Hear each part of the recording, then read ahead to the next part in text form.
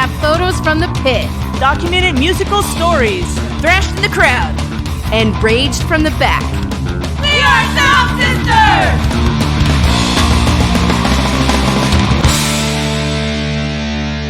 Welcome to another episode of the Sound Sister Podcast. I'm your host, Drea. I'm here with my lovely ladies. Say hello, ladies. Hey, it's Angela Rose Red.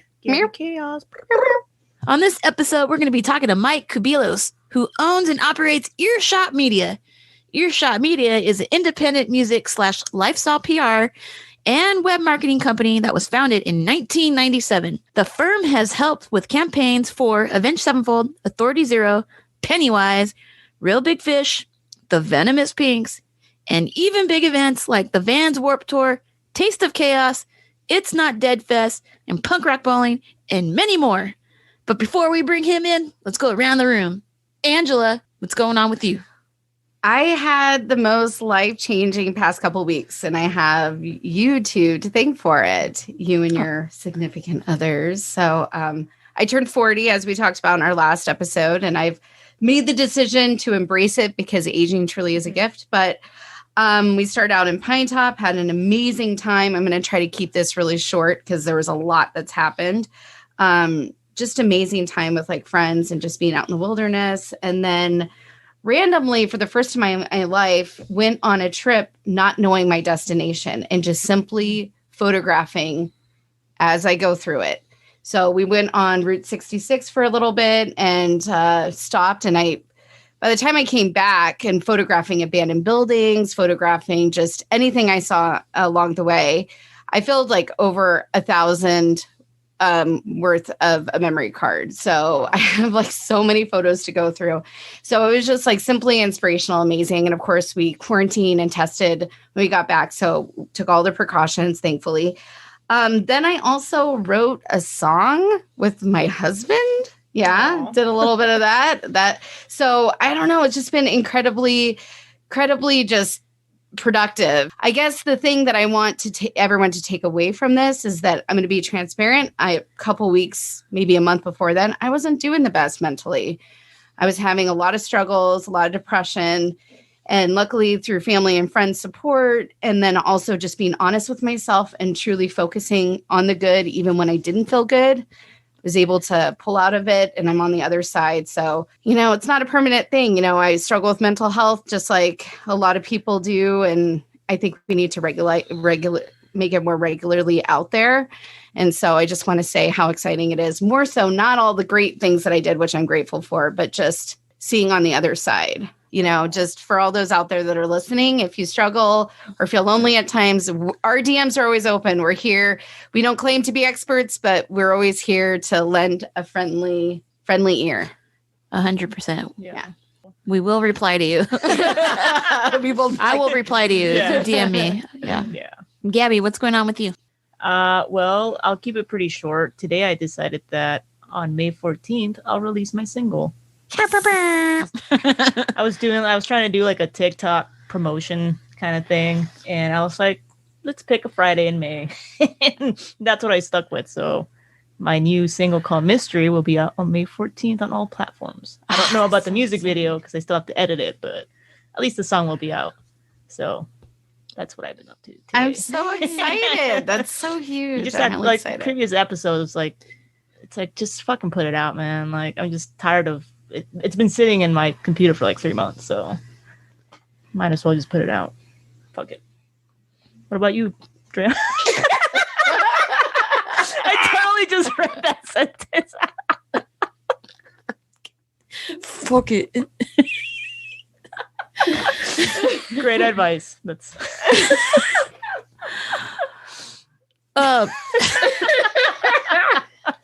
what about me? How do I top that? Yeah. No, we did. We had the live stream, and that was exciting. Oh my gosh. Oh, yeah. It honestly felt like we hadn't played together since August, like in that kind of setting. Yeah. And it felt great. And hanging out with you and Angela, you come in and like taking pictures and like we had a little mini photo shoot. Like like, again, it just kind of felt like there was some normalcy to our day and like our life.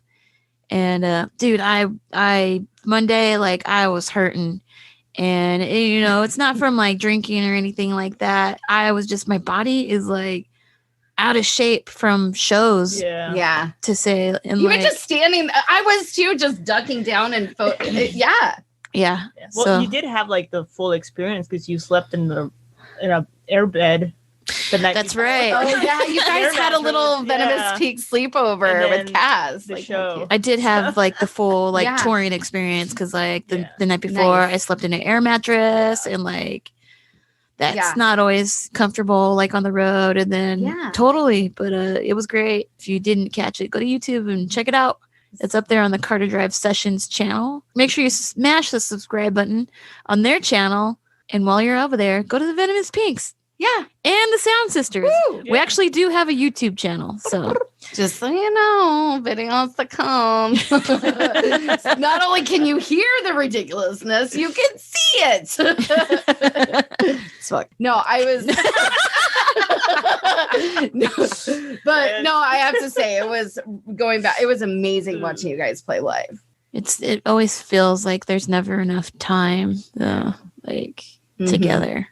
Yeah. But sooner or later, we'll all be back together and like on the road. Who knows? Yes. Yes. Whose truck mom is this? Oh God. Do you like that? I did. I was acting like a drunk mom. I'll always be your drunk mom. You totally. I wasn't even drunk. I just was so excited. But I mean, I've been pretty transparent of how there's a part of me that is scared now to I'm an extroverted person, and I can be transparent and say that I'm kind of scared for things to open up a little bit because now it's like my social anxiety. But I'm telling you, after like seeing you guys play, having the mask on, being apart from people, but still being there, it can be done. So those that are struggling with that too, just keep believing, keep holding on, right, Drea? Gotta hold on.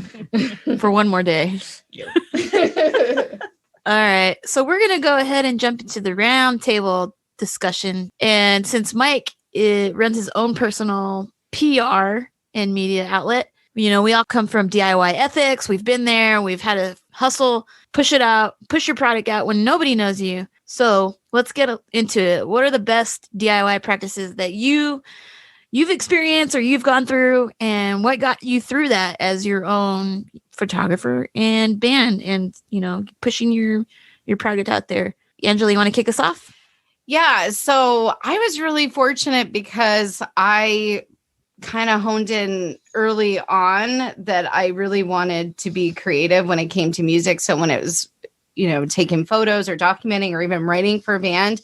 And so I just reached out to different friends and bands, you guys being one of the main people, so I could have different opportunities, because that was just simply something that I loved doing, because I felt like the most biggest reflection of who I was as a person. And so I was fortunate enough that because I put myself out there, I started small, then got big as far as different bands go and switching things up and even going through different publications. I just realized, hey, this is what I want to do for a living. So then I made steps to doing that. But what was great about it is really putting yourself out there and networking, and also just reading other people's copy, right? If you're coming from the communication aspects of PR, and then also looking at other people's social media and their best practices, not to necessarily copy other people's stuff, but just to learn what some best practices are, and also doing freaking research. We live in this age now that you can research, everything's at our fingertips, that we could really, really figure it out. So now it's just about thinking about how it's a pure reflection of who you are as a band or who you are writing for. So the more you do, just come from a place of yes. So that's kind of where I started from. Yeah. And I had some success that way. I'm just fortunate. I made great friends along the way too. So it was a win-win for me. Yeah. Yeah. And I think so I just kind of remember from like the Might All days or whatever, a lot of that hustling was just, MySpace was like big back then. Mm-hmm. And so I used to like really just pay attention on who was kind of releasing like music reviews or like featuring bands at the time, like on their website or whatever. And I would, like you just said, like I would pay attention to bands that were way bigger than mine and see like who was publishing articles about them or who was reviewing their music. And more like 9 out of 10 times, the websites are going to have like a submission button to, you know, send your product out there. So whether you get reviewed or not, like that's the point, is to like at least try and just kind of push that DIY ethic. Like I always say, the worst thing is they can say no, and then you know, but at the same time, like you got to take risk and put yourself out there. So definitely, you know, pay attention to what bands that you love that are bigger, what are they doing? Who's putting them out? And, you know, just try to get your foot through the door that way, just from my personal experience, you know, and this goes back to like freaking MySpace days. So it's come a long way. So, I mean, to be honest, you reached out to me. I was doing photos for you for a long time and then just submitting articles with AZ Chaos. But it wasn't until, I don't know, past 2-3 years that you started asking me to do press releases. And so that was a different skill that I'm so glad that I kind of got thrown into. And I didn't even realize that these press release opportunities, that's what all these publications use to print. And it was like the coolest thing. I've seen Earshot Media use my press releases and I geek out every time. Yeah. But I'm going to try to keep that inside during our interview. Like every like press release that Mike has gone us in, every like thing that you've written for every single in the last 2020, they're on some like major outlets out there. Yeah. And also pay attention to when they edit your copy. I'm really excited. It's always kind of like a win when you're like, yes, it wasn't edited. That means it was right on point. But still be humble with that, right? Because it's hard to tell a story and do an elevator pitch in a copy format in just a small, short section of you know, you got to get it out there. So read. Yeah. And find your own voice within that. Yeah, I'm gonna need you to do a PR press for my single thing. I got you, girl. So, this is out of the subject, but it's still in the subject of like press. So like I hit up Alternative Press for like their promotion stuff, and then like we started a conversation, and then I totally pitched myself. Like I was kind of drunk, and I just like pitched myself. Nice. And then they came back with send us your song, and we'll see what we can do to like promote it. And like so now they want to listen to it, and before they haven't given me prices yet, but like that's awesome. You just gotta ask. Like that's all you have to do for press. But that was pretty funny. Well, I think you also covered an important topic when you can get along with being humble and then also having that human aspect and that connection to it, right? Yeah. I mean, so we all do shoot your shot. That's all you can do. Yeah. Shoot your shot. So we're gonna take a break here, and when we come back, we'll be talking to Mike from Earshot Media right here on the Sound Sister Podcast.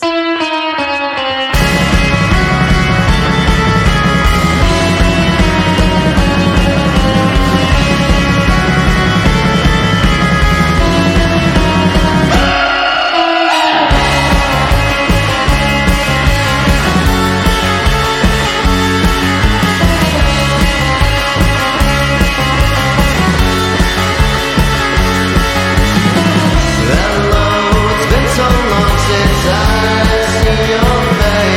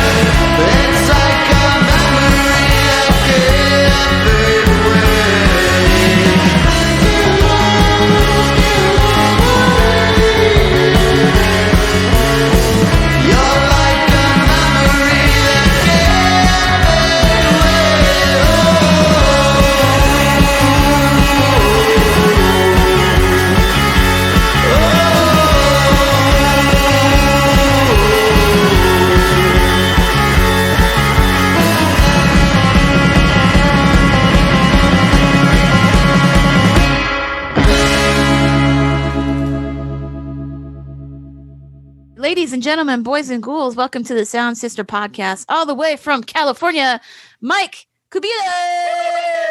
Hey, thanks for having me. Yeah. So how's it going, dude? It's good. I'm feeling good. Things seem to be headed in the right direction, COVID wise. Yeah. Seems like shows are sort of starting to get announced, and I'm about to get a vaccination, which is good. I don't know if you guys have, but yeah. So I don't know. I mean, it's been a weird year, that's for sure. I know for you guys too, but you guys have been keeping busy, so that's good. Stuff like this is like great that you guys have been doing this. Yeah, I mean, you were there for 2020 with us, and like, Yep. we just, we worked through it, and we couldn't tour, but we still were, quote, working and pushing the singles out there. So when was your last official show before like? Oh, it was the Bernie Sanders rally. Yeah. Was it? I was going to ask about that. Yeah. What a way to go out. That's my, you know what I mean? Exactly. Yeah. Plus his mittens. Weren't we Love texting that Mike? I emailed Mike. I was like, so we're opening for Bernie Sanders. It's cash. I know that was that. And you're like, is this newsworthy or something? I'm like, hell yeah, it is. Yeah. He was like, do you want me to push this to my contacts out there? I was like, okay. Yeah, that was huge. Yeah. Have you guys, like, after that, did you get called on to do like a lot of other like political type of rallies or anything like that? Or has that always been kind of what you guys are all about? No, because I think it was just like COVID happened. And then can we stop and appreciate how the journalist is asking you guys questions? I mean, so really quickly, just a little bit. We always joke, we always say that they're the sound and I'm the sister of it. I go on tour with them, and I'm music journalism, photographer, all that good stuff. Oh, so nice. I'm back here loving life, because when I go on tour with them, I'm not even on episode or air, but I do the same shit, dude. I just naturally ask people questions. Let's go. Let me tell you your story.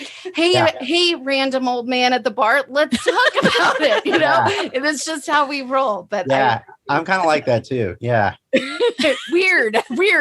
Us in communication and PR, we like to talk and ask people questions about their life. It's so great. Exactly. Well, that actually leads to, one of my main questions is like how you got into Earshot Media and how you kickstarted everything. Tell us a little bit about your story. I'm just really excited to hear about it. She's fangirling over I am. you. I'm kind of fangirling a little bit. Do you do PR too, or are you a writer, just like a music writer, journalist?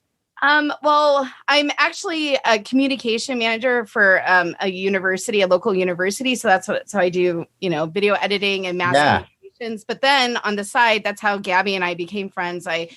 I used to write and cover and photograph on AZ Chaos, and I actually do these guys' press releases. So you have published my words. Oh, nice. Which is super exciting. That's awesome. I feel like we probably worked together then in the past. For sure. And plus I've contributed to New Noise magazine. So I think I got one of your albums once and I was like, oh, cool. I get this album for free. And then now I'm just like, get all the things. And I'm like, this is fucking amazing. And I'm just not going to tell anybody so I can keep doing this. Yes. That's awesome. I mean, I kind of, I kind of bounced around in college about what I wanted to do. I was originally wanted to do radio, like something in radio or television, film, that kind of thing. And then I thought about like advertising. I always like to write. So the idea of being like a copywriter and coming up with like cool slogans and, different ad campaigns, that always seemed kind of cool to me.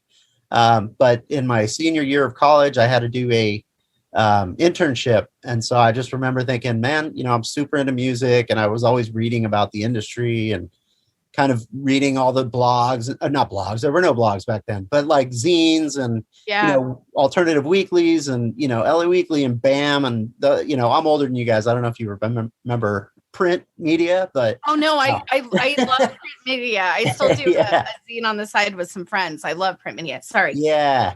No, so I started interning at a couple different record companies, and from there it just sort of became like my thing. And I I just kind of naturally fell into it. I ended up, doing a few different internships for a few different record companies. And then I got hired right out of college. So that was cool. And I kind of bounced around between a few different departments and ended up in PR. And that kind of was like the perfect mix of like being able to write, being able to talk on the phone about music, back when we talked on the phone, and, hanging out with the artists and really kind of, dealing with them one-on-one directly to kind of help, figure out how we were going to pitch things and, just really sort of being that liaison between the artist and the label and the media. So that sort of became my thing. And I just kind of fell into publicity that way, sort of. And after doing the label thing for a while, I was at a couple major labels and some smaller like indie labels that were affiliated with major labels.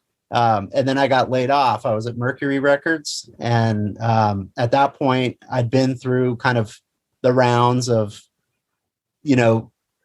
being at big labels, and then a new regime comes in and a ton of people get laid off. And it just felt very like uncertain. And I was just kind of over the corporate, all that corporate crap. So it really was kind of the push I needed to just go out on my own. And I don't think I ever would have done it had I not gotten laid off. So, I remember the first, probably year of me going independent, everyone was like, man, I heard about a great, a label gig or whatever. And like people kind of thought I was just doing this sort of as like a, interim thing while I found another gig. And I'm like, no, I love being independent. And it just kind of snowballed from there. I got really busy and I kind of was able to build Earshot into kind of a thing that, people, rather than having to like go after work all the time, people started coming to me. And I was kind of right there when, I don't know, a lot of like my first client was Mojo Records back in the day, which had like Goldfinger and Real Big Fish. And so it was when things like Blink were happening, Blink 182 just came out and that whole kind of pop punk thing. So that really, I was kind of in the right place at the right time. And I naturally was kind of into that stuff. I'm a SoCal kid. So, that's kind of it. That's sort of how Earshot got started. From that, I just was able to, take other clients and sort of become kind of synonymous with, I guess, that whole like Warped Tour scene, for better or for worse, but I've been able to kind of segue out of that too. I work like singer-songwriter stuff and, world music and indie rock and emo and, hardcore and metal and all that. So it's fun. Like I get to kind of work all genres.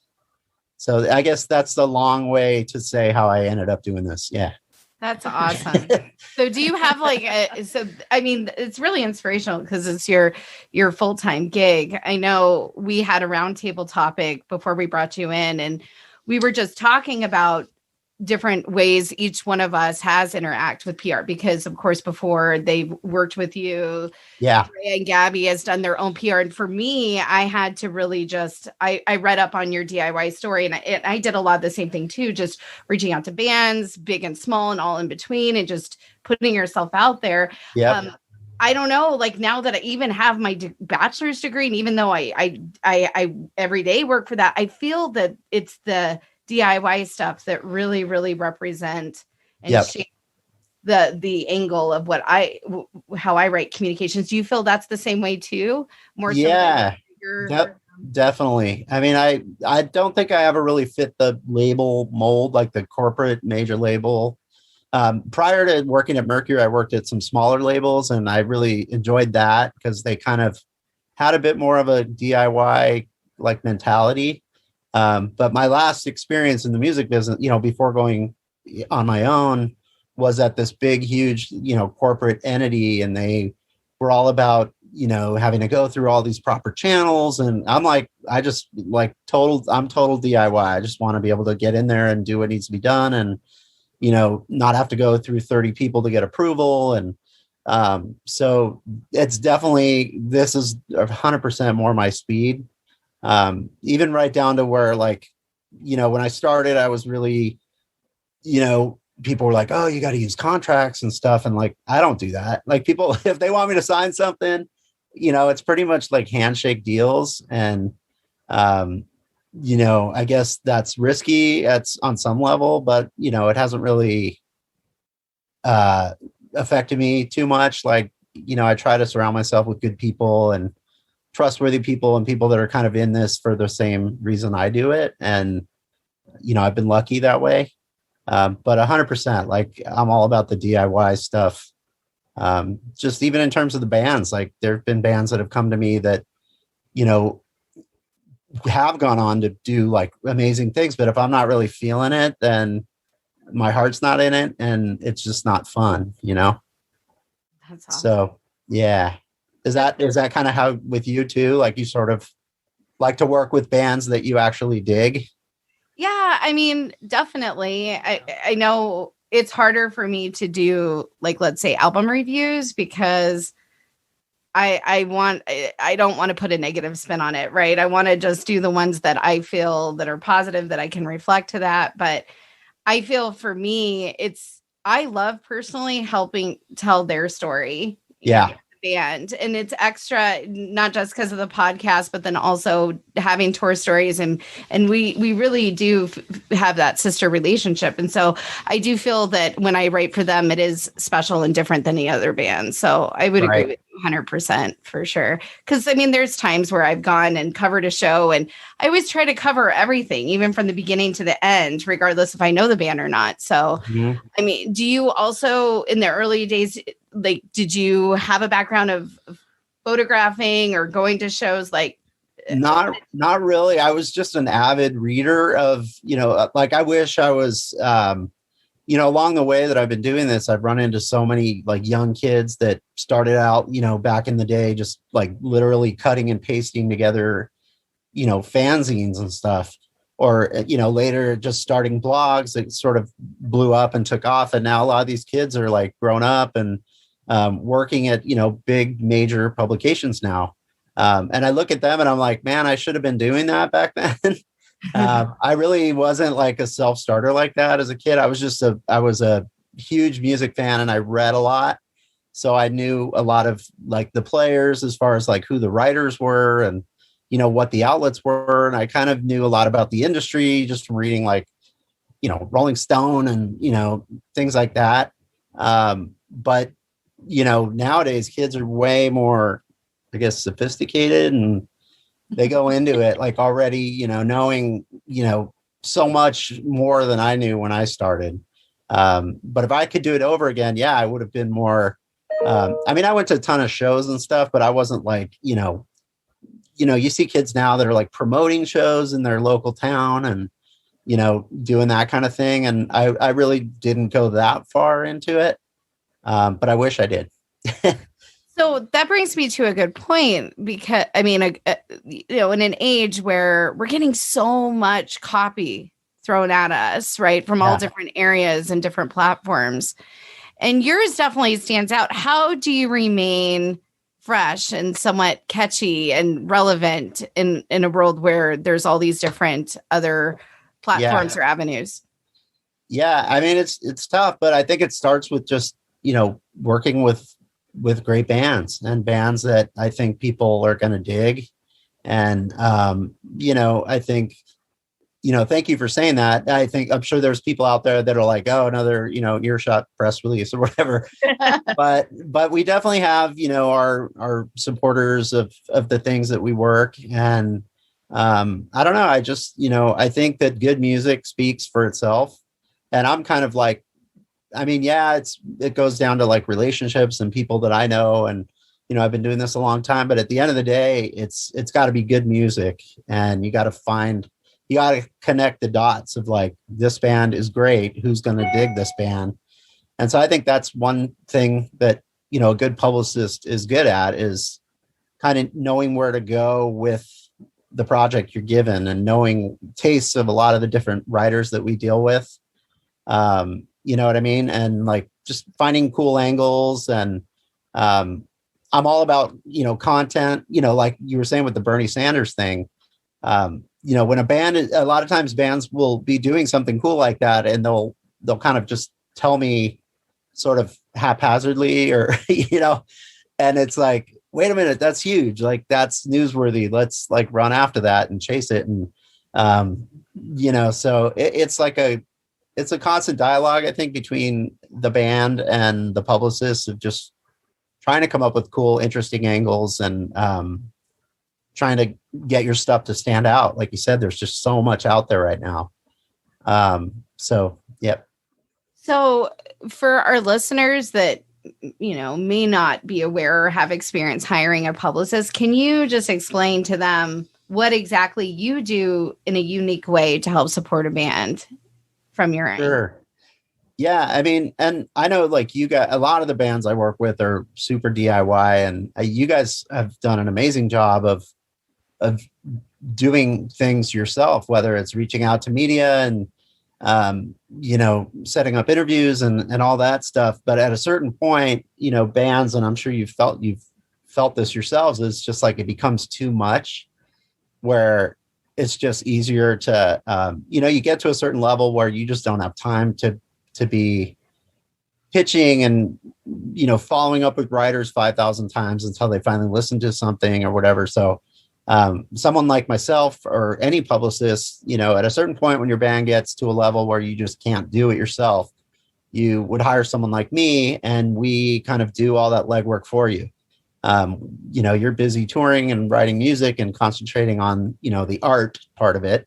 And we're there to kind of relay your story to the media. And we're basically sort of the middleman between you and journalists and media and TV and blogs and all that stuff, playlist curators. So we're pitching you guys, you know, any band looking for different outlets. We're constantly dealing with people, so we know what, you know, writers are looking for and what's, you know, what their tastes are and things like that. So, you know, a publicist is kind of in the trenches with these writers. So at a certain point, it does make sense to hire somebody that can do all that for you and get you to the next level. So that's, you know, that's what I do. And I think the best case scenario is like a band, you know, like Venomous Pinks, where you're super proactive and, you know, a lot of the writers, especially in your local scene. And, you know, you have this podcast. And so it's sort of like working in tandem with you guys to, you know, just kind of build on what you've already been able to do on your own. And, you know, hopefully we did that when we worked with you, but, you know, I mean, I guess, I don't know if that answers your question, but yeah. This is a fake interview. We're just, no, I'm just kidding. I'm like, tell me when I'm babbling, because I feel like I'm babbling. No. I mean, this is great, because I feel that there are a lot of people out there like myself that we're the supporters, you know, and I said in our roundtable topic that I don't have a song. This is our song. This is how we speak to the music. And so these are really great best practices, you know, for all those out there that want to find their way to sing their music without having the music. So. Mike, are you strictly just music, or do you do like... I've actually done a lot of different like lifestyle stuff. I've worked with, you know, different authors. You guys might know Miguel from Teenage Bottle Rocket. He wrote a book, so I helped work with him on his first book, which was a lot of fun. I've worked other, you know, a couple different books that are sort of music related or written by musicians. I've done some documentaries which were kind of music related, like it was Pick It Up, the history of ska in the 90s or whatever. I don't know if you saw that documentary. I think it's on Amazon Prime now. And then I worked with that same director, Taylor, on his latest one, the Last Blockbuster, which is on Netflix now. But anyway, I worked with him kind of at the grassroots level of that, like, because they were doing a Kickstarter.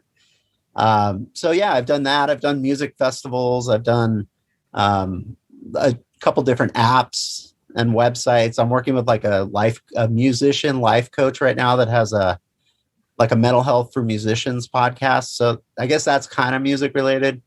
But yeah, I mean, music for sure usually is somehow indirectly involved. I've done stuff for like clothing companies, but usually they're clothing companies started by musicians. Right on. I know it's been a weird time. Like, how have you guys been managed? Like, what do you guys all have day jobs and stuff, or is this? This is what we do. I work at Fender, so that's why I have all these guitars. Oh, rad. That makes sense. That's been my day job, and then all my other projects are my side hustles I'm working on. So yeah, right on. No, yeah, I totally work the corporate day job from working from home right now. Just okay. You know. Well, yeah. And well, that's good. Yeah. I mean, thank God, right? If you just relied on the music thing, you'd be really hurting probably right now. Like for oh God, I'd be in the street without being able to tour or anything. I know. I feel so like it's rough. I mean, you guys probably have a lot of friends that work like promoters or work at venues and stuff, and I don't know how they're coping. It's crazy. I feel so bad. Well, Arizona's been like pretty open, so like bars and well, like our close like musician friends, like they take really good care about their bars, but like other places are just like wide open. Are they throughout this entire thing? They've been open. Yeah, Arizona doesn't give a shit. Our governor is. Yeah, so it's kind of fun. Oh man, I just finally went to dinner. Like I ate inside of a restaurant about a week ago for the first time in over a year. It was like nuts. Weird. Yeah, it was. I can't wait for things to. I mean, it seems like that's where we're headed. Sure. You know, I'm feeling good about it. That things are kind of go back to normal. I think I read that like Red Rocks they just announced today that they're reopening maybe this summer or something. Oh wow! For like outdoor festival, shows and things. Yeah. So I don't know. We'll see. Wait, where did you eat?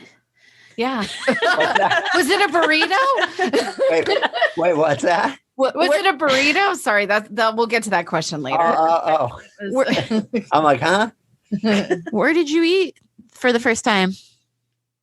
Me? Yeah. Well, we're judging. Oh, where did I go eat when I went to a restaurant? Oh, I'm like, huh? God, that we were interviewing. Where did we go? I literally can't even remember. Oh, we went to this. What's it called? El Tarasco. It's a Mexican restaurant just down the street from my house. Yeah. That's where we went. What did you have? What did I have? I had a big ass burrito. Actually, you were right. It was a burrito.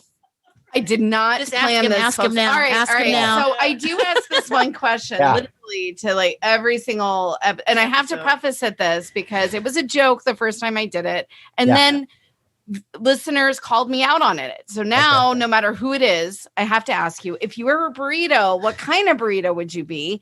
Sub question: what is your favorite independent spot to get a burrito at?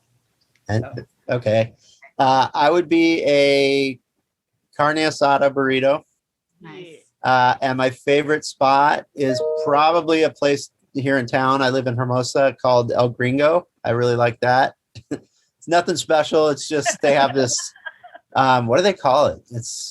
I think it's El Diablo burrito or something. It's like super spicy, and it's freaking phenomenal. It's phenomenal. Is that right? Yeah, it's huge. It's awesome. What about you guys? Arizona must have like a ton of great spots. Well, Drea and I are both breakfast burrito fans. Right. Oh, yeah, me too. I should have said that. But I mean, honestly, give me all the burritos. Like, there's a couple rad breakfast burrito places nearby here. Do you guys like with like I like the all whole like the work? Are you guys vegetarians? We're not, but Cass. So on the road, we have to kind of be conscious of it. Okay. Yeah, I'm not. So like, I like it to work, man. Like there's one here that has like full on like sausage in it with the eggs and the bacon, and there's like hash browns in it. It's amazing. Yes. Give me all the papas. That's just phenomenal. I swear listeners, I did not pay him to say he ate a burrito. This is first thing that happened. It was magic. Yes. And then we went somewhere else after another restaurant after that, but I forget. Wow. Anyway, I get it. Yeah. We just shots of the COVID vaccine. So hopefully we can get the second one. Mm-hmm. I'm still fighting to get an appointment, but well, mid-April, I think they said like everybody will be able to get one. Yeah. I think is when they are aiming for. But well, outside of running, this great PR company, what do you like to do? Hobbies you have?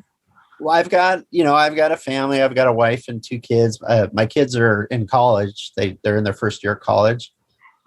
So, I like to spend a lot of time with them. My daughter's in Boston right now. So we're missing her. Got a couple dogs. I like to, we haven't really seen a lot of friends during all this. So I miss my friends. I like going to the beach, running, camping. I like to camp. We're into like just being outdoors, hanging out in the backyard, drinking beers. That's my best thing. Sitting around the campfire or the fire pit. Yeah. Yeah. So you like long walks on the beach then? Nice. Pretty much. Dig it. Yeah. So, I mean, I always find that I haven't been running as much, but just that was always my thing is like, you're always way less stressed out after a run. So it's like, it's never a bad idea to go for a run, but I got to get back on that. I've been kind of like lazy through this pandemic. I've been drinking way too much and eating way too much, like everyone else probably. So I got to get back on that. I think that's like a common thing for, I mean, I'm totally there with you. I was working out like 5 days a week. I was lifting, I was looking good. And then pandemic happened and I got that quarantine 15. Exactly. I know. And now it's starting to get like sunny and hot out. And I'm just thinking, man, like I'm not ready to like be hanging out. Like, yeah, I like having to wear big winter jackets and all that. Yeah. Not that we really need that here, but anyways, do you guys play out here in California a lot? Or I know you've been out here a few times, but you're starting to. Yeah. We were touring a lot with the last year. Yeah. Like 2019, we were like, go, go, go, go, go. We've played everywhere, like out there in LA, Redwood, like little bars. Like, do you guys miss touring? Of course. Yeah. Even in the it's band, been hard. I miss it. Do you guys have a new record coming out soon or? Well, it's funny you should ask. So yeah, we're going to release a live EP here in April, but we're actually working with Lynn from Bad Cop on an album.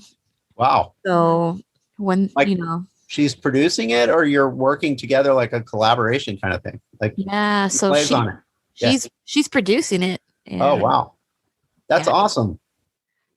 So I'm also curious about, all right, the listener that's at home that's like, I really would like to get into PR or get into this Mike C sounds like a rad cat. I would like to be like him. What do you suggest to them? Yeah, I would say, just do it. Start, really kind of immerse yourself even in your local scene. Find bands that you dig that maybe could, use someone like you to kind of do that legwork for them. Find out who all the key players are in your town, whether it's, the music writer at the New Times or, whatever. Like every town has, a weekly or a daily paper or some kind of music nightlife blog. Maybe, put together some writing samples and hit them up. I mean, probably something similar. Maybe that's how you got started. But really just, honestly, at the end of the day, like it is a lot about relationships, and the fact that I've been doing this so long, helps me, but anyone really can do this. It's just about, being consistent and being professional. I think that weeds a lot of people out. There's a lot of people, especially when I got started, that just kind of wanted to do this just because it seemed like a cool kind of sexy job, but the reality is it's a lot of work. It's a lot of long hours, a lot of time away, from family and friends and things like that. When I was working at a label, it was a lot of traveling. So I think if you're just like super professional and show people that, you're not just there to, to hang out with bands and, do all the fun stuff, but you're there to like really work. I think you should have no trouble having doors open, because people can see that, because there are so many flakes in the music business. So yeah, I would say, intern at a local record company. If there's like an indie label in your town, just, make yourself indispensable. That's what I always tell people. Even if you're doing an internship, like do the work that no one else wants to do. Like make it so that when you're not there, whoever the powers that be are like, where is that person? Like, where it's like noticeable when you're not around. So they have no reason not to hire you. That would be my advice, and just be cool. Like, don't be an asshole. Don't be a kiss ass. Don't be all those things that, we all know not to do. Right. It's pretty simple. Yeah. Humility will get you there. It goes a long way. I think a lot of people forget how much communication is involved with communicating. Like, they think, it's just I'm going to write this cool little blurb or take these photos or whatever content you put out there. But really, you need to communicate with the person what needs to be communicated, and you need to have those relationships. And you're absolutely right. Like when I'm on tour with them, or when I've covered a show or anything else, I don't have a drink until the job's done. Right. Maybe one in the beginning to make me a little on edge, but just so I'm not so nervous. But no, you have to have that focus. It's important. You're there for a reason. And honestly, like that in itself is a high for me. Like, not to sound cliche, but that's just. Yeah. I mean, it's totally true. Yeah. But I would say that's the key thing, is to just, just, do your job, do it well, be cool to people, make it so people want to work with you. Word travels fast. I've worked with a lot of, luckily now, not so much, because I kind of know who to avoid, and, what, certain people's like reputations kind of, follow them around. So, who to steer clear of. But, if you're a dick, like people are not going to want to work with you. And that goes for a publicist or a label or a manager or a band, So just be like a cool, normal person that's not, not shady. That's what I would say. Or just to be a normal human being. Nobody wants to be. Like, exactly. With you. Just don't be a dick. Totally.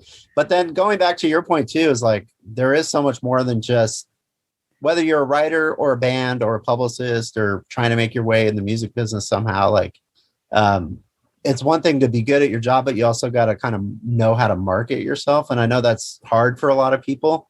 Like I talk to people all the time on, like, so people will be like, I feel weird about like promoting myself on social media, or, sharing the cool things that I'm doing or whatever. And I'm like, why? Like, no one else is going to do it. You got to do it yourself, So, if you're doing cool shit, whether that's your band or your business or whatever, you got to let people know about it. But do it in a way that's not, showy and, braggy or whatever. But I mean, we're all in the same boat. You just got to like toot your own horn a little bit. It's something I definitely need to work on, because like I love doing it for other people, but great advice. Yeah. I mean, it is. It's hard to do it for yourself, but you kind of have to, especially now. There's just so much noise out there. There's so much, stuff on social media that like no one's really going to know what you're up to unless you kind of, shout it from the rooftops a little bit. Mike, true or false, there's no such thing as bad publicity? I say that's false for sure. I think, and there's all those sayings like, hey, who cares what they write as long as they spell my name right or whatever. But no, I mean, let's face it, who's like embroiled in like a big controversy right now? I don't know. I've worked with a few, but I don't know. Who's that guy that's being accused of like being a cannibal or whatever? Have you heard about that one? That actor? Like, that's not good press. Noted. Yeah. No, there's like some actor that's like being accused, and then just whatever. Like, there to a certain degree, if you want some notoriety, I guess they're, you can kind of go with that train of thought. But overall, I think that, yeah, there definitely is bad publicity. Yeah. So have you gotten those calls like, bro, I just got called out as a cannibal. Can you help me? What do we do? What do you do at that point? Or yeah, I've definitely had situations where, you wake up and you think your day is going to go one way, and, whether it's a band or label calling, like, just so you know, this story just came out, or, blah, blah, blah. And, I've had instances where, a band member was called out online by, some shady stuff they did or whatever. And it's really hard to kind of navigate that, because, you got to kind of wait and see how things play out and if it's even true. And, and I'm not, I'm talking about, like, I had a guy, I mean, I shouldn't really get too deep into it because everyone will know who it is, but that was like accused of like putting things online for sale and then not receiving the money and not actually sending the product that he was selling, things like that, and that's some shady stuff. So yeah, I mean, it's definitely, I wouldn't say we're in the business of like high profile, damage control type stuff, but we've definitely had things where we've had to really kind of go into damage control mode. And, and there's certain times where it's just like, okay, this is bad news. There's no way around it. Like, I don't want anything to do with this artist or this band if they did something like truly atrocious. But then there've been other times where it is a misunderstanding or whatever, and you kind of have to kind of help them navigate that and get the word out and set the story straight. But yeah, that's tricky. No one ever likes those kind of calls. Like, yeah, like I said, your client's a cannibal. Right. So there is times that you definitely abide by your own moral compass and are like, you know what, I'm good. I don't need this professional relationship anymore. And you kind of you definitely have moments where or even just when someone's coming to you about a project, if it's something you don't really believe in, or they don't agree with, they just politically minded, different, which I'm not the moral police or anything, but at the same time, if they're like, if they're like part of a hate group or something, I'm not going to work with them. I love that. So is it just a team of you, or is there? Along the way, I've had a couple people working with me. Actually, Tony Schrum, who used to be at New Noise, he still is, I think, at New Noise. He used to work with me. Are you hiring? I'll do it for free. Sadly not at the moment, but and I get people asking all the time, and I hope that at some point I can bring someone on. And honestly, like, I feel like that's probably going to come sooner than later because I've been super busy. But off and on, I have had I had this other guy, Jose Martinez, who worked with me for several years. But I find that even though it's like nuts and crazy, I am able to kind of, and I think my record label industry helped me with that, is I'm able to kind of juggle like a million different things. And even though I get stressed out, I'm still able, people are sometimes amazed, like how many different projects I'm working at any given time. And somehow I'm able to kind of multitask, I guess. I don't know. I'm able to keep it going. Well, that's a great topic to touch on. So is there certain like software or products that you use to help keep you organized? I know that a lot of our listeners, they're creatives or musicians, and I know all of us are juggling a lot of things on our own. Yeah. What do you do? What are some of your best practices? Yeah, I know there's things I could be doing. There's technology out there that could really help me kind of be more organized. But, I'm a big Google Sheets guy. I'm a big, I use Mad Mimi for all our like press releases and things, but it's kind of like a constant contact or what's the other one? I don't know. There's a bunch of different ones out there, but Mad Mimi, I use a ton to put all my press releases together, and it holds all my media contacts in there. I used to be a big FileMaker Pro guy for my database, but I kind of switched that over. But yeah, I mean, I'm not like, honestly, I know enough to get by, but I'm not like super tech savvy. So sometimes I think it would be great to have, some young, like, computer genius that could streamline. Is it nice? Well, I maybe hit you up. She'll intern for you. I will totally do it for free. No. I could pay you for your time, but yeah, I mean, I'm sure there, just in terms of like scheduling things and just keeping track of, deadlines and all that. I don't know. I that's something we should talk about. Yeah. Yeah, for sure. I mean, I recently stepped into admin for them too, but oh, nice. Yeah, that's awesome. Yeah, but one of my questions, I'm on my interview right now. I know. I was toot your own horn, Angela. That's what he says. All That's right. all right. I was interviewing earlier with Gaby for her clothing line. So. Nice. Well, I do have my bachelor's degree in English with a journalism focus with a photography background. No, I'm just kidding. Nice. That's awesome.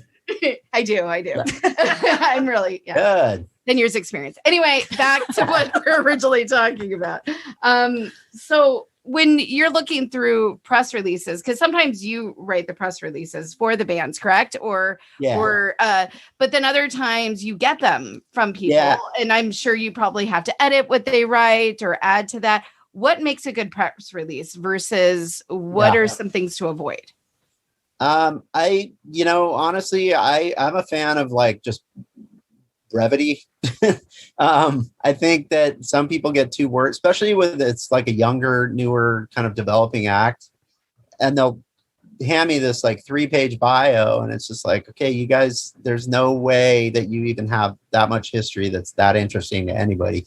So like, I think, so I'm just like, shorten that shit, because if you can make it shorter and just kind of stick to the basics, and a lot of press releases use this super like flowery language and really just these grandiose comparisons, like comparing, I don't know, some like local band with 10 followers, saying, comparing themselves to the Beatles, that kind of stuff is like a big turnoff. So I think, I'm a publicist. I'm kind of, I wish I was a full on like journalist that could do like these gnarly, in-depth pieces on an artist. But my job is to just convey kind of the basic information and let the writer, to give them a framework that they can use to kind of write their piece. So for me, I'm more about that, like kind of more basic who, what, when, why. And yeah, I mean, sometimes we'll write the press release, from the ground up. Sometimes the band will present something that they already have written up, and we'll kind of tweak it. Or we'll pair them up with a bio writer. We've got a bunch of bio writers that we work with. And there's a lot that charge a lot. And then there's some, other ones that charge a little less, that are maybe just getting their feet wet in the bio writing department. So yeah, I mean, I would say those are the things to avoid, is just make them super long, a little too, pretentious. That's always not good, I think. Too wordy, all that stuff. And to know your audience, right? So like, use like some of that jargon. Yeah, exactly. And like, if, I don't know, just, it helps too I'm kind of a fan of the whole like for fans of thing, because I think writers like it too. But you got to be really careful to make sure you pick artists that actually, actually makes sense. Because if you pick the wrong artist to tell people, like, if you're a fan of this, you'll dig this, they may immediately like write it off as something. So, but I do think it helps kind of just give people sort of an idea of what this band's all about, if you can give them kind of a few reference points. So I kind of like that. We don't always use it, but we occasionally do. And I usually would consult with the band, like, who do you guys think you guys could be sort of like not lumped in with, but Pals. if people had to compare you, like what kind of bands, where are you guys coming from? Who are your influences? That kind of thing. And you definitely don't want to convey a band in a way they don't want to be conveyed. So we're always, making sure that we're running everything by the band or management to kind of make sure that everyone's happy with it before it goes out. So you're constantly getting new bands thrown at you. What is some new music that we should check out? Yeah, I knew that question was coming. I kind of wrote some. I always go blank when I always go blank when people ask me. But yeah, I mean, I'm doing all the Wiretap Records stuff, and they've just been very consistent with just putting out so much great stuff. There's a band called Space Cadet. That's the two guys from The Explosion, and Pete from Bouncing Souls produced the record. It just came out last week. It's amazing, so good.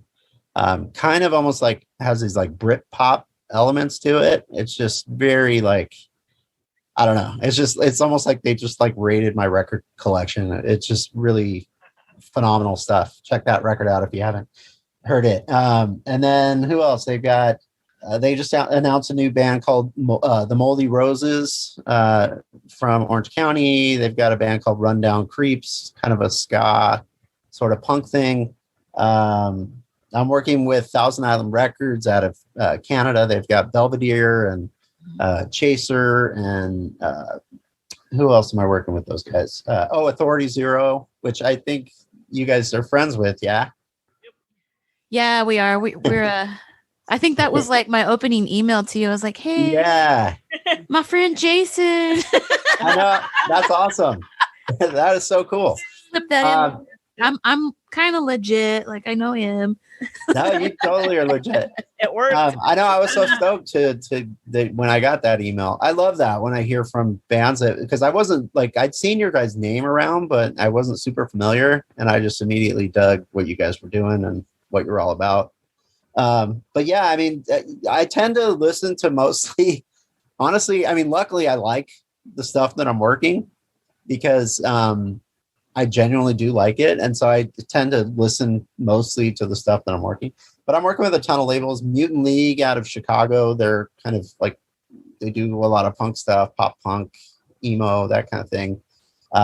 Spartan Records, we've got a band called Assertion that's William Goldsmith. He was a founding member of Foo Fighters and Sunny Day Real Estate. He's got a new band, and it's killer. So good. I should send you guys the link. It comes out next Friday. So yeah, I'm constantly busy. I mean, I've got a lot going on. A band called Slow Crush out of Belgium, kind of shoegaze stuff.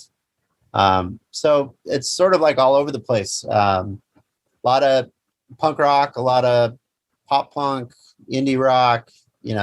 I've got a singer-songwriter, kind of all over the place. But yeah. Earlier today, he was like, "What are we going to talk about?" And I was like, music, blah, blah. But we like to talk about like paranormal stuff too. Yeah. Have you ever, do you have any stories? Anything that's ever happened? Are you a believer?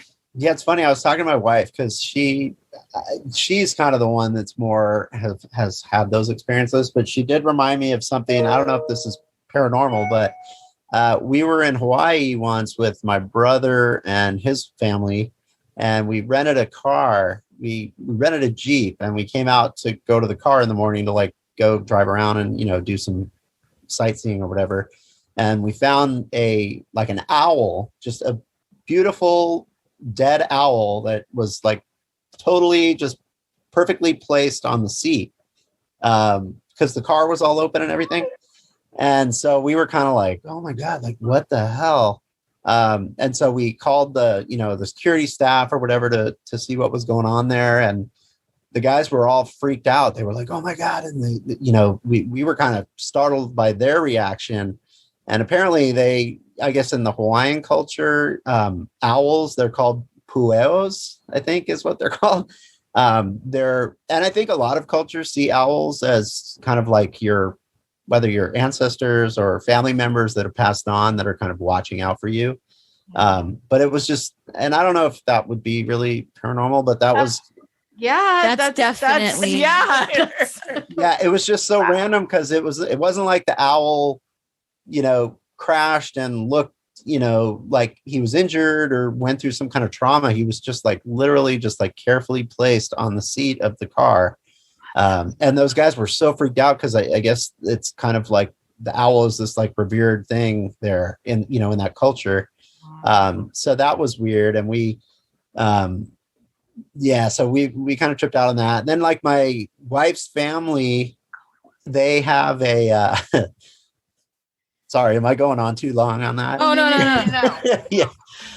My wife's family, they live up in Ventura County, which is, just south of Los Angeles.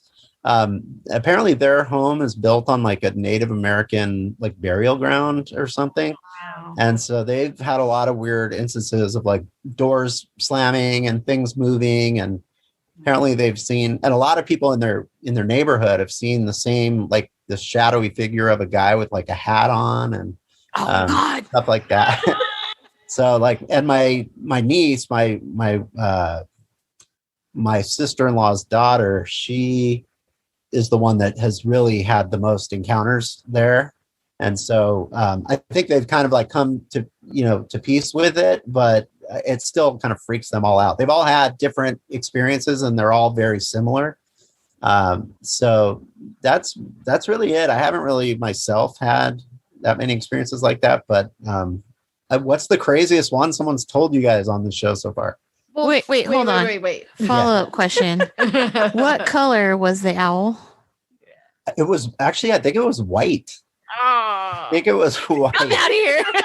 Yeah, why is that? Why owl? Tell him, Gaby. Oh, the white owls are like aliens, aren't they? Like fucking extraterrestrial. I fucking hate owls because what was it? Damn. Don't put this in their next press release. Yes, like I fucking hate owls. Yes, I fucking hate owls.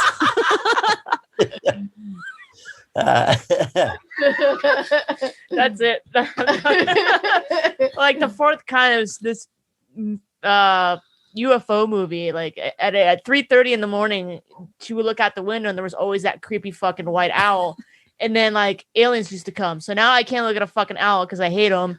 And it creeps me out. So all the owls, they creep me the fuck out. And you have one dead in your car. That's fucking weird. Yeah, it was nuts. Yeah, I have to verify with my wife, but I swear I remember it being just this beautiful, like pristine owl. Just looked very peaceful, just sitting there. I don't even remember. I think the guys had to move it.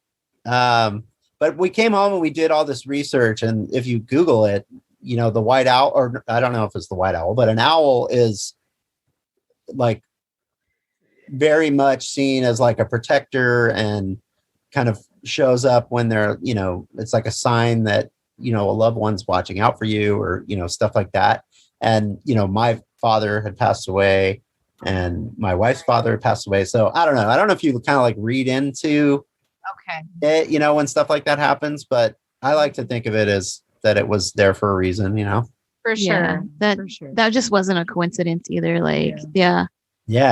It's kind of, it's comforting to hear like in Hawaiian culture, that's like, it's like a positive thing because, being from Arizona, we're close to the Navajo Nation out here and owls is like a big, like, they don't like owls and like really owls.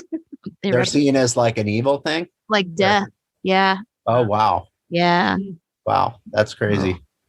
But owls mean different things in different cultures. Like, so right. We're going to say it was the Hawaiian thing. We're Hawaii. So that's how it is. You're under their rules. They're a trip. And then we were in the desert, like Palm Springs, and we saw an owl in the tree. And because up till then, maybe like at a zoo or something, I had seen one, but the only other time was when I saw that dead owl. So it was weird to see like a live owl in a tree. And I don't know. I just always think of the Tootsie Pop owl. Remember that? Are you guys? Oh yeah. Yeah. I just turned 40. So. Oh, there you go. Right on. So Yes. The other thing that you said was that they see a man, like a shadow with a hat on. Yeah. Mm-hmm. And I'm thinking it's Hat Man. Yeah. Which I don't know who's that. Hatman. Well, okay. Do you know the hat they see? Is it more of like a fedora looking hat? Yeah, they say it's like kind of like a cowboy hat. Oh, okay. Oh yeah. So that I guess that could be a fedora. I don't know. I mean, how old is she? The niece. Yeah. She's like in her mid 30s, I think. Oh, okay. Early 30s. But she saw this like growing up because the mom still lives in that house. And so even now they'll say they see weird things, but as a teen, she used to see it a lot too. Wow. But it's weird because it's not just their house. It's they live in a cul-de-sac, and like a lot of the homes, the people that live in the homes in that same neighborhood they get together for block parties and stuff. And like a lot of them have had the same kind of experience. Yeah. Just a total trip. Yeah. It's almost like that movie Poltergeist. I was going to say, totally. In fact, I think I want to say Poltergeist was filmed in Simi Valley, I want to say, which is really close to where they live. Oh, shit. Because they live in Moore Park, which is in Ventura County. But anyways, yeah. That's crazy. Wow. So I don't really have any crazy. That's pretty legit, dude. I don't know. You got a one on that. I like watching those. Well, actually, my wife's super into like, I don't know, ghost hunters and things like that. Yeah. She's super into the whole like spiritual realm and all that. She leaves like crystals and water out for like the full moon and all those kind of things. But whatever. We do too. You guys do that? Yeah. That's awesome. You could put that in the press release. Mike's, Where's mine? Mike's like, babe, what are you doing with those damn crystals? I know, I have. I've like been calling for her sometimes, and she'll be like, "Oh, there you go. That is awesome." Sometimes she'll walk around the house and she'll pull something out of like her bra, and she puts the crystals like in her bra, just walking around the house. I'm like, "What are you doing?" That's just convenient. As I pop one out of my bra. That's awesome. That's so funny. Yeah, so she's always, and then she sages the house and does all that stuff. Yeah. But I am kind of starting to get into it. It's at first I was like, what is this? But now I'm like slowly kind of starting to want to know more about it. Yeah, and I think that's, something like for me in 2020, I kind of like was more open to was like kind of just discovering what does that really mean and what do I really believe in. Mm-hmm. And honestly, like I was kind of like the same way. I was like, what the hell are these like crystals and stones or whatever? But I recently bought a pouch that has like black tourmaline in it, and it's for warding off like negative energy. And so I get really bad anxiety at night. Mm-hmm. And I'll hold it in my hand, and I swear, like it really does, like just calm me down. But that's just awesome. Yeah, whatever works. We just bought a weighted blanket. You ever tried those? Have you heard about that? I heard about. Always wanted one. The weighted blanket. It's supposed to be really good for anxiety, and some people have said because I get really hot at night, but I bought a cooling one that doesn't make you hot. And it's amazing. I literally use it every night. It's like, it feels like someone's just like, you know how like it feels good to be like hugged or like have something like heavy on you. Like it just is very like soothing. You almost feel like you're in a cocoon. And it's weird because I never thought it was something that I would like or like respond to, but I've been sleeping really good with it. I dig it. Got to look into it. Amazon. It's an Amazon. Yes. Yeah. We did cool blanket. But I kind of feel like I'm like with you. I feel like I've been in sort of, and maybe it's my wife's stuff kind of rubbing off on me, but I feel like I'm kind of seeking more like spiritual, not guide, and I don't even mean like religious. I just mean more like feeling like, just the whole thing, the idea of like manifesting things and all that. And just, that kind of stuff. I feel like, how can that be bad? Like attracts like, Yeah. Like how we're all talking about this right now. We never knew. Yep. Amazing. Yeah.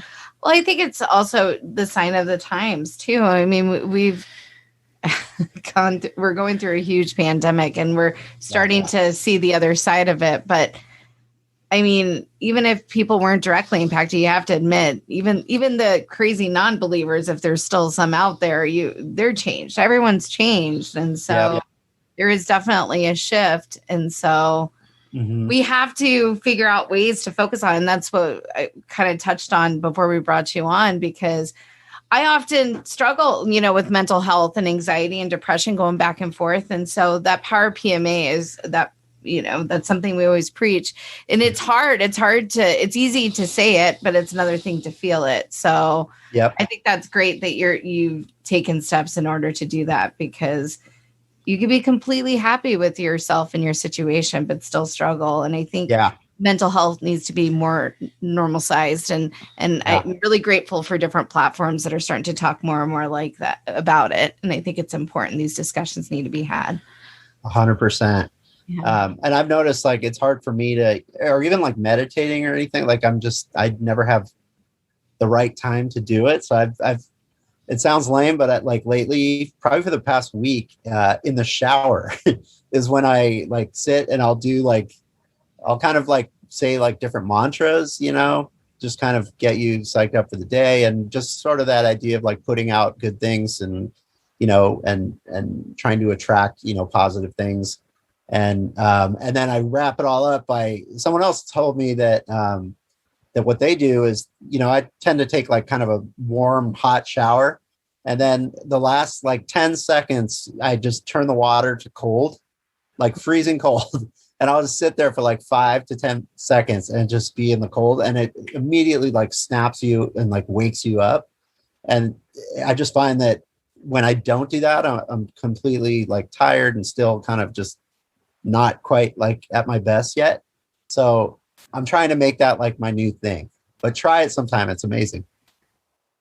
That's awesome. I mean, I could see how that does work with hydrotherapy and everything else too. So that's awesome. Because I mean, if you were to stand in the cold shower for, of course you wouldn't be able to do it. But if you're like, you're already hot and warm from the shower, turn it to cold for just even 5 seconds. And it completely like, it's like I've been in, you get out of the shower and you're just like in a great mood. You're ready to start the day. You're kind of like pumped from whatever, all the mantra stuff I was saying to myself. But anyway, that's kind of my new routine and I'm digging it. Real quick, what are some mantras that you could share for the listeners? Yes, please.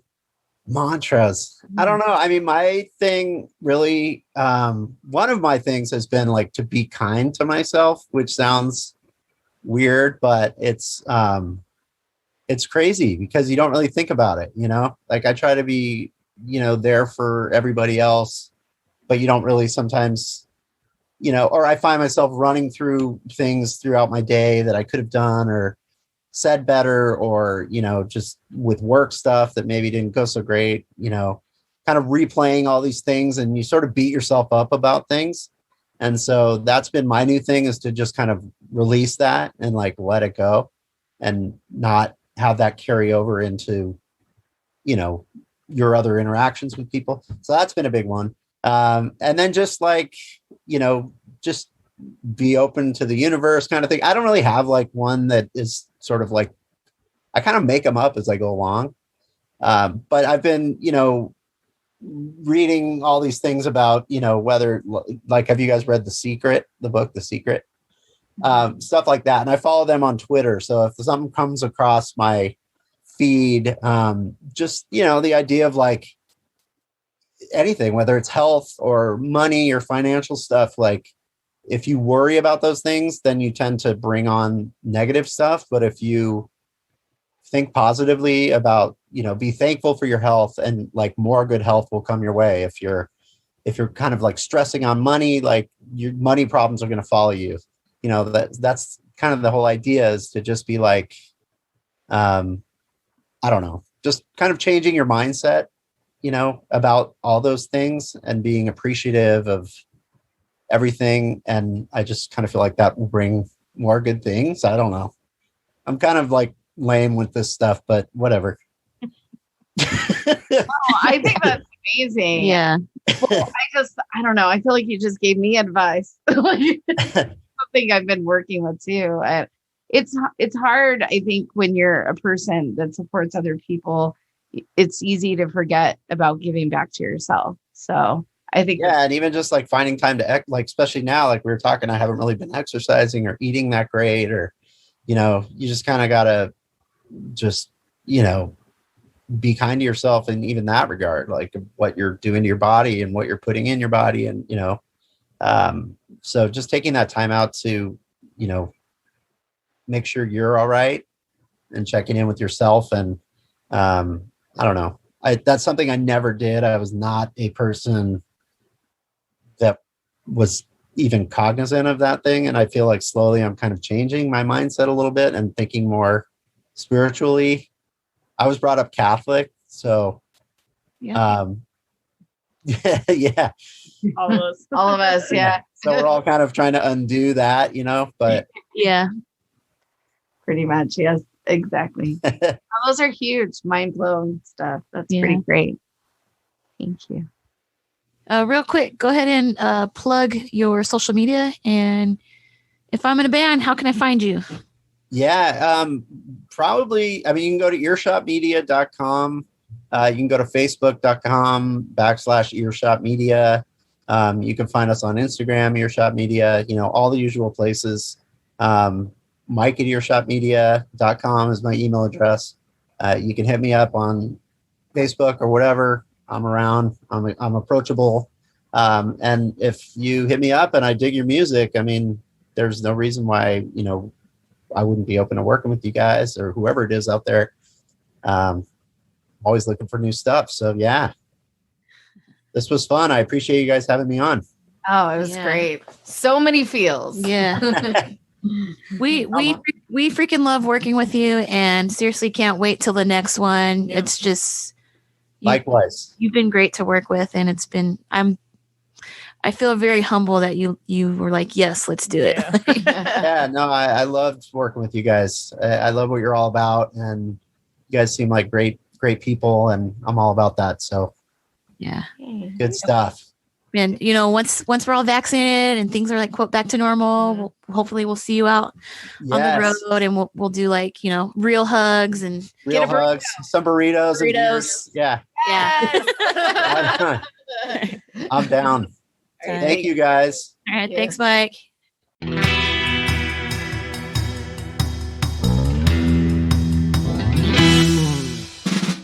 Remember to head over to the website soundsistersaz.com to read up on our guest and view pictures and videos mentioned in this episode. Go to Facebook and like us. Instagram to follow us at SoundSistersAZ. Check out our kooky sister podcast called Grave Sisters, located under the Sound Sisters platform on all streaming platforms. Check out older episodes on iTunes, Spotify, Stitcher, and Google Play, and leave us a review. Don't forget to hit the subscribe button. We have new t-shirts on our merch shop over on the website, so go get one. Once again, thank you everybody who still supports the Sound Sister podcast. It really does mean everything to us. On that note, this is your host, Drea and Gaby, signing off with my lovely ladies, reminding you to keep your eyes on the prize, always do your best, and wash your hands. Thank you. Good night. Bye.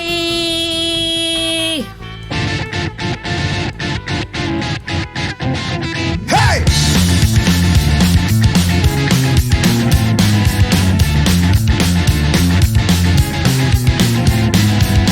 The line we carve from reality is the difference between you and me. What's real, what's fake? Could it be a mistake or human vanity? I don't know for sure, but if there's a cure, then there's a price to meet. Well, I can't see in front of me. If there's a light, then it's hard to see. And if not, then it's fine with me while I'm held down. Static entertainment, frozen treats. Don't care if it's normal, best make it cheap. Culture slaughter and cancer in the air. If no one gives a fuck, then I don't care. Well, it's nice to know the know. With pain comes chance to grow, so best go on away from the flow while I'm held down. The gesture's nice, but no one cares. To live in life just to compare. The pretty smile, one trouble face, till the day you meet that lone embrace. Who really knows if it all means well? Are we close to heaven? Are we close to the hell? Earth perception, all to blame, we're not all the same. Paradox the name, insanity and flame while I'm held down.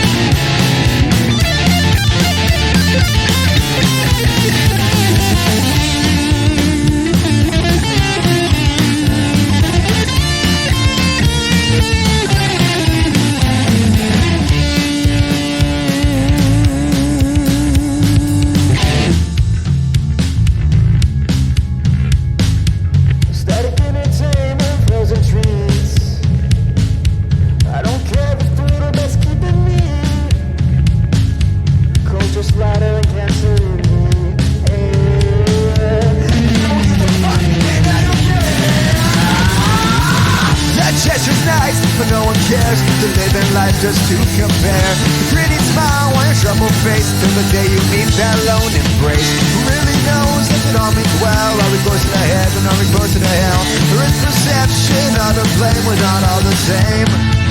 Paradox of name, insanity inflamed while I'm held down.